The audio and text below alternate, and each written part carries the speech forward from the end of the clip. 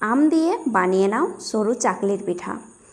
যেসব বন্ধুরা এখনও এই রেসিপিটা বানিয়ে খাওনি, অবশ্যই একদিন হলেও বাড়িতে ঝটপট বানিয়ে ফেলো। জলখাবারে বা বাচ্চাদের টিফিন বক্সে খেতে হয় দুর্দান্ত স্বাদের। আমরা চালের গুঁড়ো দিয়ে সরু চাকলির পিঠা অনেকেই খেয়েছি, কিন্তু আম দিয়ে যেসব বন্ধুরা এখনও বানাওনি, আর দেরি না করে আজকেই বানিয়ে ফেলো।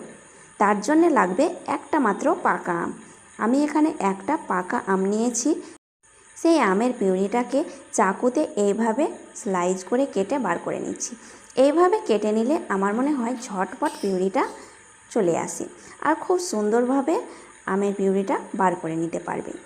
আশা করছি এই রেসিপিটা তোমাদের সকলের ভালো লাগবে। ভালো লাগলে বন্ধুরা অবশ্যই একটা লাইক করবে, আর আমার চ্যানেলে নতুন বন্ধু হয়ে থাকলে চ্যানেলটাকে অবশ্যই সাবস্ক্রাইব করে দেবে।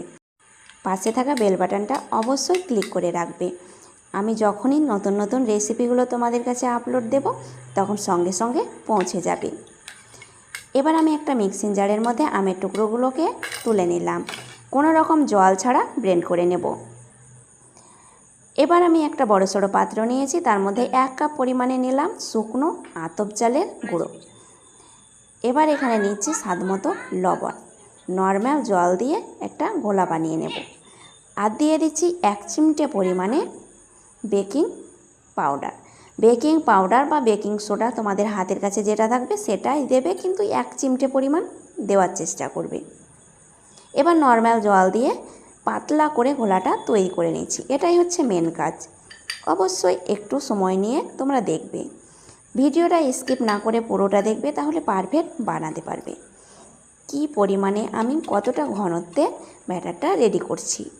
অল্প অল্প করে জল দিয়ে গোলাটা বানালাম। এবার দিচ্ছি আমের পিউরি। এখানে 3 চামচ পরিমাণে আমের পিউরি হয়েছে, সম্পূর্ণটাই দিয়ে দিচ্ছি। এবার বন্ধুরা আমের পিউরিটা তোমরা অল্প পরিমাণে খেতে চাইলে 1 চামচ বা 2 চামচ দিয়ে বানাতে পারো। ভালোভাবে হ্যান্ড উইক্সের সাহায্যে মিশিয়ে নেব। আর বন্ধুরা ঘোলাটার ঘনত্ব তোমাদের দেখাচ্ছি, কতটা ঘনত্বে ঘোলাটাকে বানিয়ে নেবে।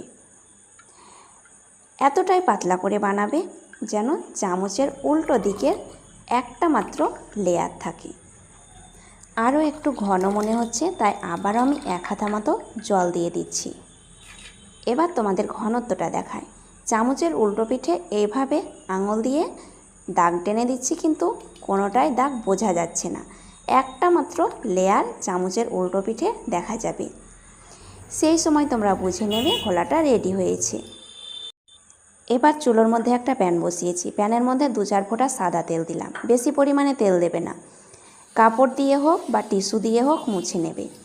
মুছে নেওয়ার পরে আঁচটাকে একেবারে লোতে রেখে 1 হাতা পরিমাণে ব্যাটার দিয়ে দিচ্ছি। প্যানটাকে প্রথমে ভালোভাবে গরম করে নিয়েছি, তারপরে আঁচটাকে কমিয়ে দিয়েছি। বেশি আঁচের মধ্যে সরু চাকলি পিঠেগুলো বানালে জ্বলে যেতে পারে, তাই বন্ধুরা অবশ্যই আঁচটাকে একটু কমিয়ে দিয়ে ব্যাটারটা দেবে।